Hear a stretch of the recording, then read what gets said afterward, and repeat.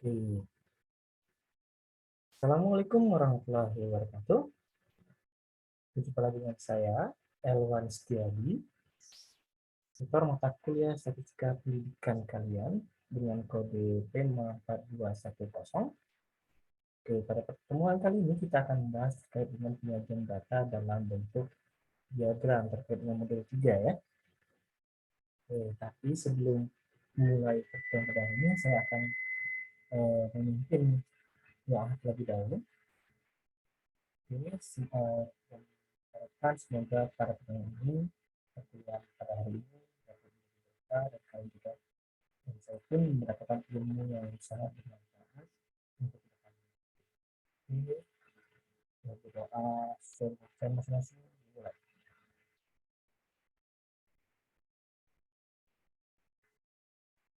Selesai. Oke. Nah sekarang saya akan mengakses kalian terlebih dahulu ya.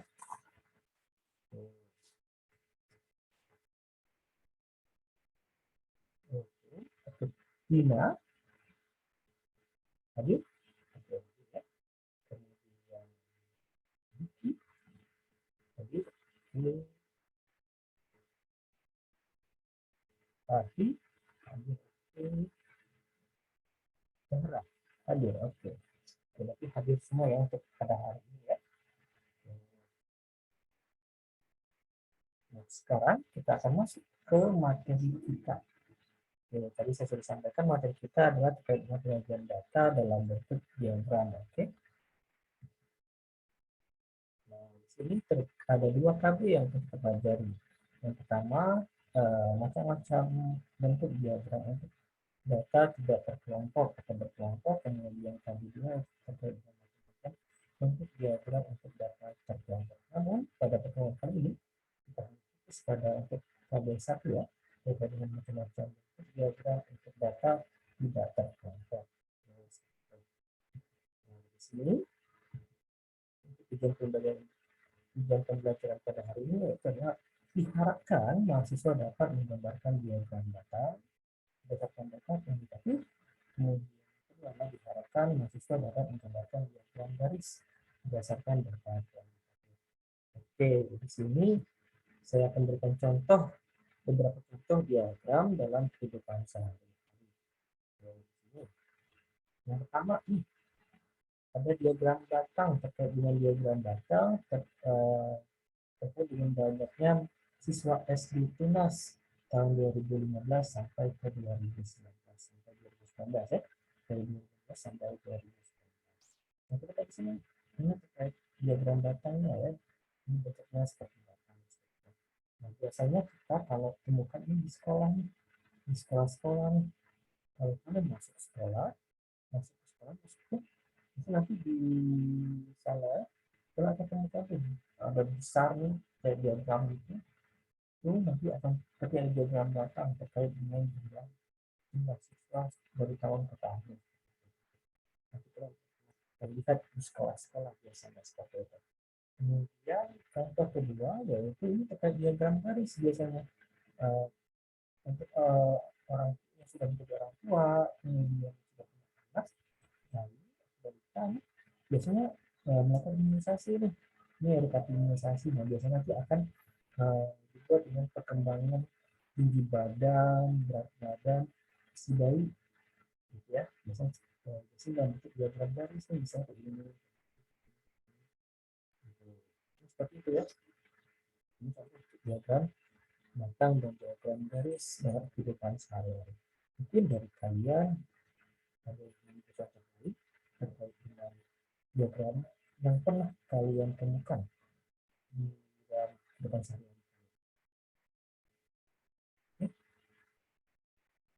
Oke, coba Dina. Dina berikan contoh. Ya, bagus, bagus. Oke, sudah benar ya. Contoh yang diberikan Dina yaitu terkait dengan diagram batang banyaknya pegawai dari tahun ke tahun. Biasanya ditemukan di pemda-pemda atau kantor-kantor pemda seperti itu. Nanti biasanya sama nih, biasanya akan muncul kayak di sekolah kan contoh yang kedua, contoh pertama nih, nanti akan muncul terkait dengan banyaknya pegawai dari tahun ke tahun.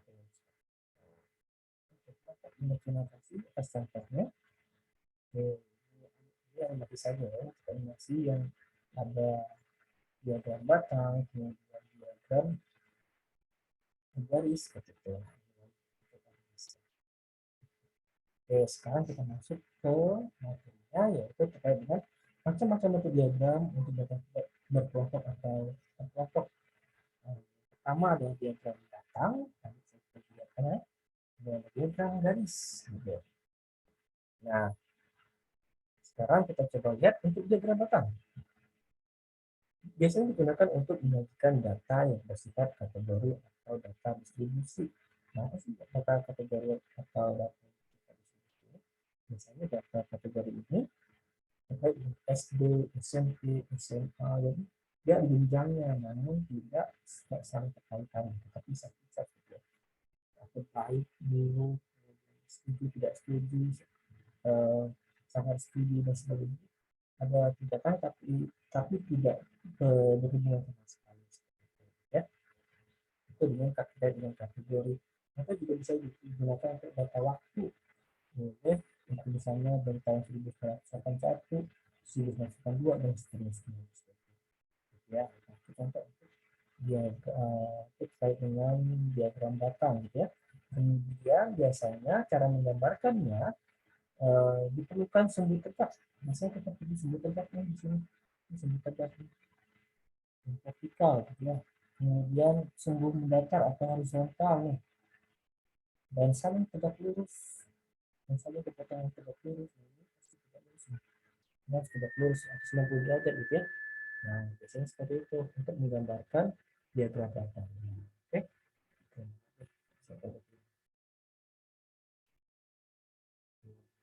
Sebentar.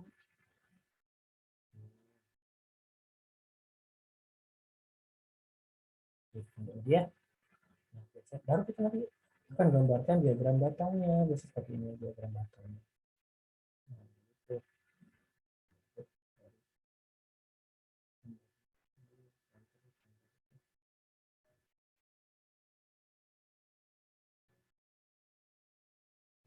Baru kita gambarkan diagram batangnya. Nah, berikutnya biasanya diagram ini biasanya untuk sumbu datar dan sumbu tegaknya ini dibagi kayak ini ya, misalnya. Maka sumbu datar itu digunakan untuk menyajikan atribut atau waktu. Nah ini sumbu datar ini biasanya digunakan untuk atribut atau waktunya. Tadi ya dituliskan 1981, 1982 terkait dengan waktunya ya, atau kategorinya SD, SMP, SMA dan seterusnya. Sedangkan untuk sumbu tegaknya ini bisa terkait dengan nilainya, atau data kuantumnya atau jumlahnya seperti itu ya, biasanya gitu ya. Nah selanjutnya batang-batang yang digambarkan pun harus terpisah nih. Harus terpisah gambar batang-batangnya itu ya.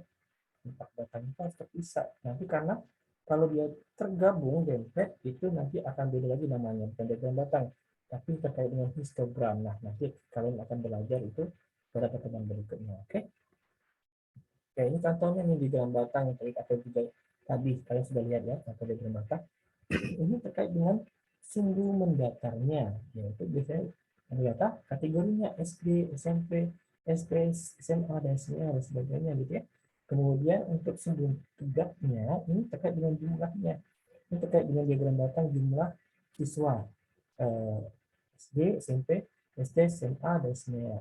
Nah, untuk siswa SD itu terkait kira-kira sebanyak 1.600 orang, kemudian SMP sebanyak 1.000 orang dan seterusnya. Seperti itu ya. Oke, sini ada tanyakan terkait dengan diagram batang? Tidak ada. Oke, selanjutnya lagi ya. Nah, untuk diagram garis biasa digunakan untuk menggambarkan keadaan yang serba terus berkesinambungan. Jadi biasanya datanya kontinuitas nih, sambung-sambung nyambung gitu ya, gitu ya. Nah, biasanya gitu. Nah, kemudian contohnya ini biasanya menggunakan waktu, karena waktu itu biasanya kontinuitas tuh. Dari tahun 1981, 82, 83 ya. Ini nyambung-nyambung gitu kontinuitas gitu ya. Itu biasanya. Nah, ini cara menggambarkan sama nih, kita perlu sumbu datar dan sumbu tegaknya gitu ya, biasanya gitu kita pilih itu. Namun di sini kita karena biasanya pada satuan waktu, biasanya untuk kategorinya atau sumbu datar ini biasanya kita simbol seperti ini, lambang seperti ini. Ini artinya menunjukkan dari 0 dan seterusnya. Dari 0 dan seterusnya, yaitu sampai ke 1180. Karena kita nggak mungkin kan dari 0, 1, 2, 3, 4, 5, 6, dan seterusnya sampai 1180. Kan nggak mungkin nih. Kita butuhkan lambang seperti ini gitu ya. Yang menunjukkan bahwa itu dari 0 sampai seterusnya. Dan baru kita buat nih data waktunya dari 1180, 1141, dan seterusnya gitu. Kemudian untuk sumber tegaknya atau vertikalnya ini terkait bersama nih terkait dengan jumlah atau nilai atau data kuantumnya seperti itu ya. Ini terkait dengan jumlah siswanya berapa nih? Tahun 1080 itu ada 1 orang, kemudian ada 1 siswa, kemudian tahun 1981 itu ada 160 orang dan seterusnya. Dan cara menggambarnya sama nih.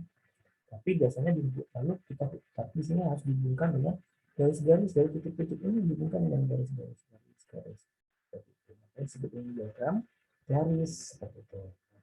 Dari pertanyaan ini ada yang tanyakan dari diagram garis ini ada yang ingin tanyakan? Tidak ada. Oke, sudah paham ya cara menggambarkannya. Oke. Sip. Nah, sekarang saya ingin kalian melakukan diskusi terkait dengan diagram data dan garis ini ya. Namun saya ingin di sini soal ini saya ralat sedikit ya. Lingkaran dan gambarnya nanti kita akan jadi katakan berikutnya. Oke. Nah, di sini saya ingin kalian buatlah diagram batang dan garis terkait dengan berat badan mahasiswa yang ada di kelas kalian. Jadi, kalian harus mendata teman-teman kalian berapa sih berat badan masing-masingnya. Oke. Nah, setelah terkumpulkan semua data berat badan mahasiswa di kelas kalian tadi, kemudian kalian buat nih ke dalam bentuk tabel. Misalnya ini.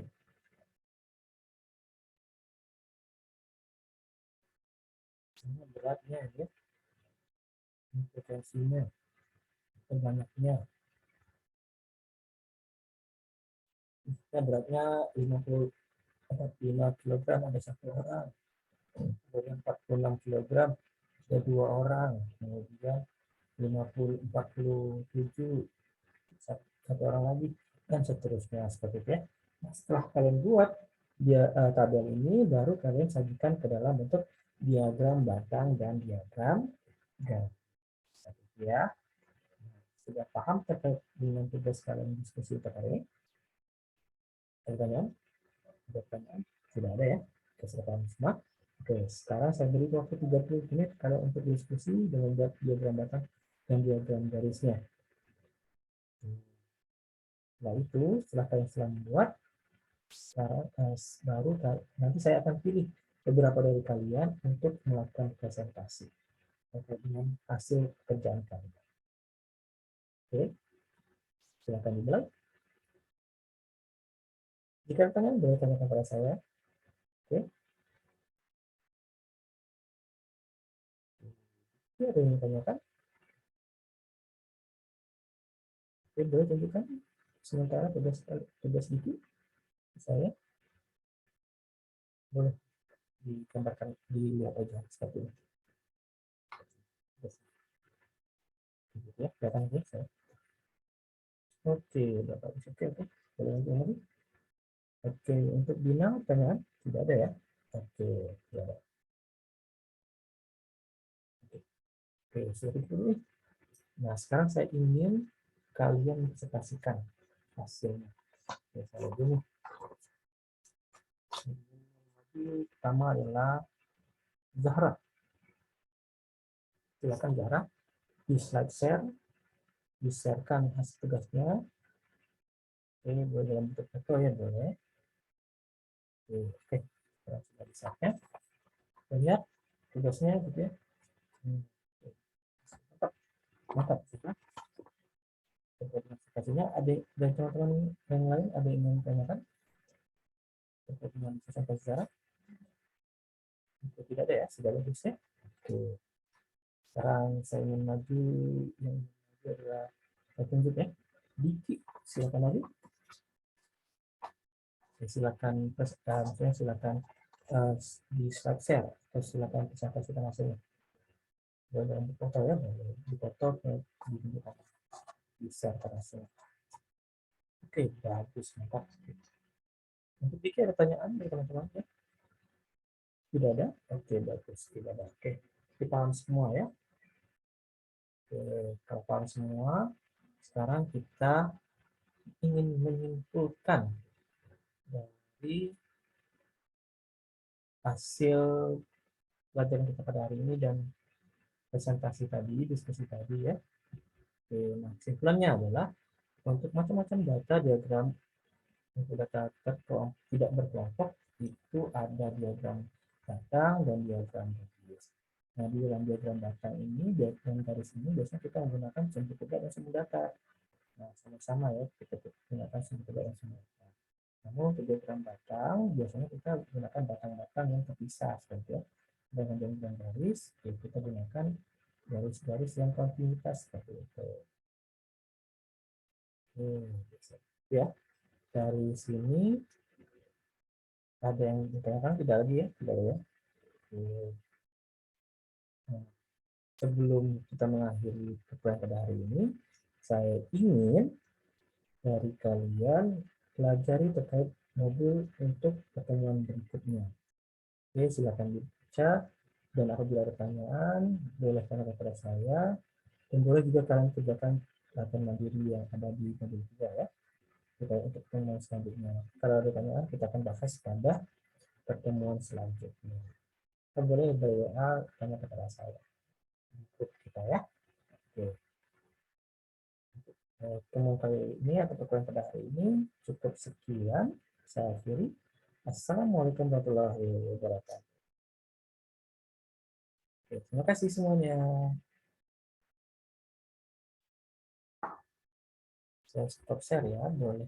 Kalian sudah boleh ini grup. Oke. Terima kasih ya.